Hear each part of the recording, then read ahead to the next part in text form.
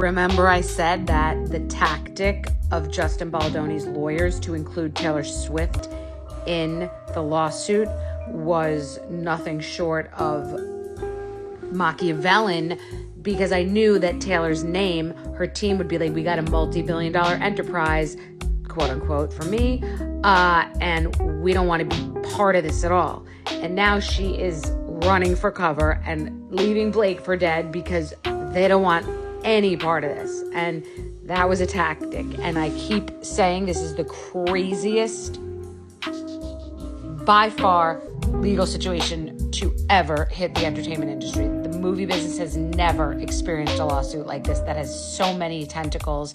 It is crazy, and it is the fuck around and find out endless lawsuit. That lawsuit is longer than January, which is 3 years old. Blake Lively, Hollywood's most desperate wannabe producer and forever a C-list struggler, is in full meltdown mode. And dear, it ain't cute. Her once ride-or-die bestie, Taylor Swift, has officially cut the cord, and the breakup, explosive. Taylor, the queen of elegance, is done playing Blake's human shield. No more clout cover-ups. No more name-dropping safety net. Sis said, enough is enough. TMZ shook the internet like an earthquake with a messy expose, and just like that, Blake's VIP pass to Taylor's world declined. So what's next? She gotta go find another A-lister to mooch off. But hold up, it gets messier. Enter Colleen Hoover. Yes, that Colleen, the internet's favorite cringe generator, who picked the worst time to crawl back online. Her sad little attempt to romanticize this train wreck like it's some misunderstood novel? Girl, be so for real. And let's not forget Mr. Ryan Reynolds. Hollywood's go-to funny guy is looking really tired lately. That forced grin, that painfully obvious paparazzi setup, he is holding on for dear life, trying to keep that wholesome dad act together. But honey, the cracks are showing. This whole circus is spiraling.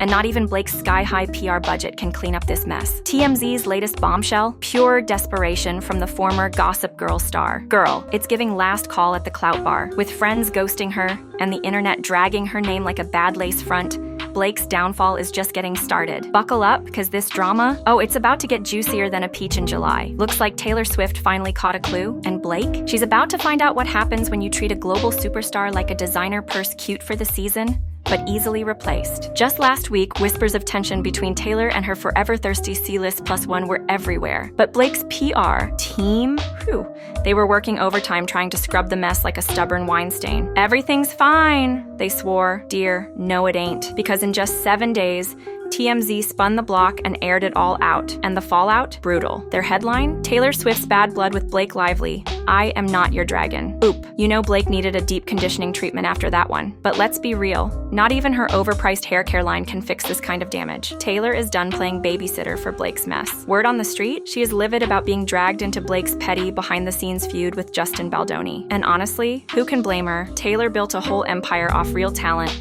She's not about to let some clout-chasing extra fumble her good name. Oh girl, the tea is piping hot and Taylor is not here for Blake's nonsense. So word on the street is, what really pushed Taylor over the edge was Blake's tragic little obsession with calling her one of her dragons. Like, girl, be so for real, who even says that? Blake is out here thinking she's Daenerys Targaryen. But let's be honest, she's giving more shampoo commercial extra who forgot her lines. The secondhand embarrassment is astronomical. And Taylor? Oh, she's done playing nice. And let's not even start on the absolute fumble of the century, Blake signing on for It Ends With Us without even reading the book. Phew, that explains a lot. Honestly, I'm starting to think sis never finished Game of Thrones either.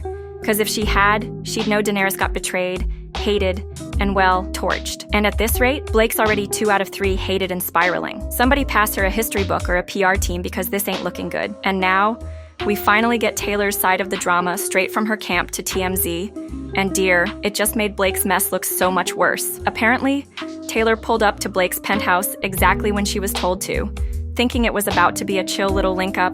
But oh no, what she didn't expect. Walking straight into a high-stakes meeting with none other than Justin Baldoni. Girl, you know the vibes shifted instantly. Oh, you heard right, dear. Taylor was completely caught off guard. If you missed the mess, don't worry, I got you. This was that chaotic meeting Justin Baldoni later name-dropped in his lawsuit against Blake. Yup, the one that went down at Blake and Ryan Reynolds' bougie New York City penthouse, where they were supposedly workshopping a scene Blake had rewritten for It Ends With Us. But according to Justin, the whole thing turned into a setup, with both Ryan and Taylor popping up like surprise guests on a reality show.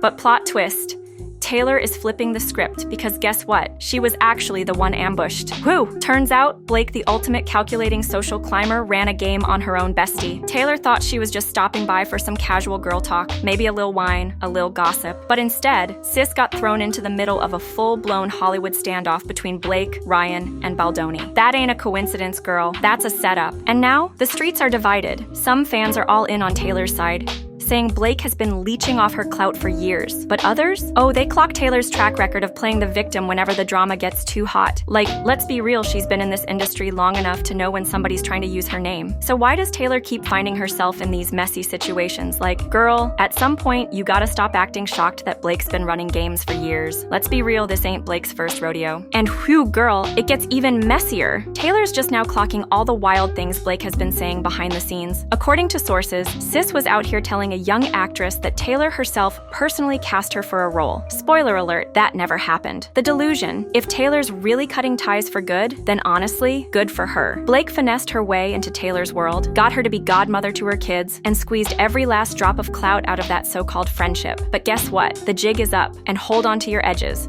because this saga is far from over. TMZ just dropped another bombshell, and girl, this legal drama is about to suck Taylor in even deeper. According to their latest report, Taylor Swift might actually get subpoenaed over this whole ridiculous mess. Yup, you heard that right. TMZ even put out a whole podcast on it, because of course they did. And in that interview, Justin Baldoni's big shot attorney, Brian Friedman, made one thing very clear. Anybody who was in that meeting, including Taylor, could be forced to testify. Dear, this just went from Hollywood tea to straight-up courtroom drama. All right, y'all.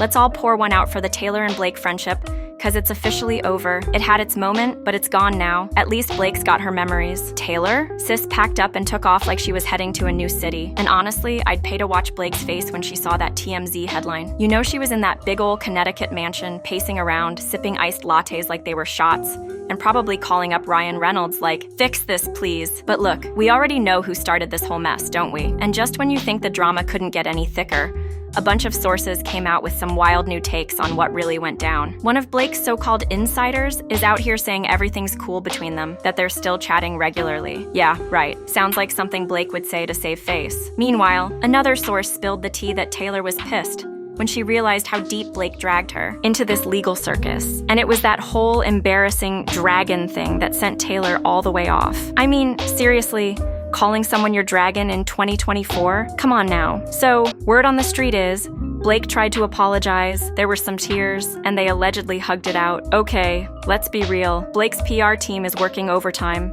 trying to spin this mess, but we ain't buying it, not for a second. Meanwhile, there's a poll blowing up everywhere, asking if Blake really betrayed Taylor. And honey, 81% of people are straight up saying, yes. The other 19%? Well, that's me. And I'm over here thinking, seriously? Let's not act like Taylor Swift is some innocent little angel in this whole thing. We can't just ignore the whispers that she was allegedly the one who pushed Justin Baldoni to change that scene. I mean, let's call it what it is, not what we wish it was.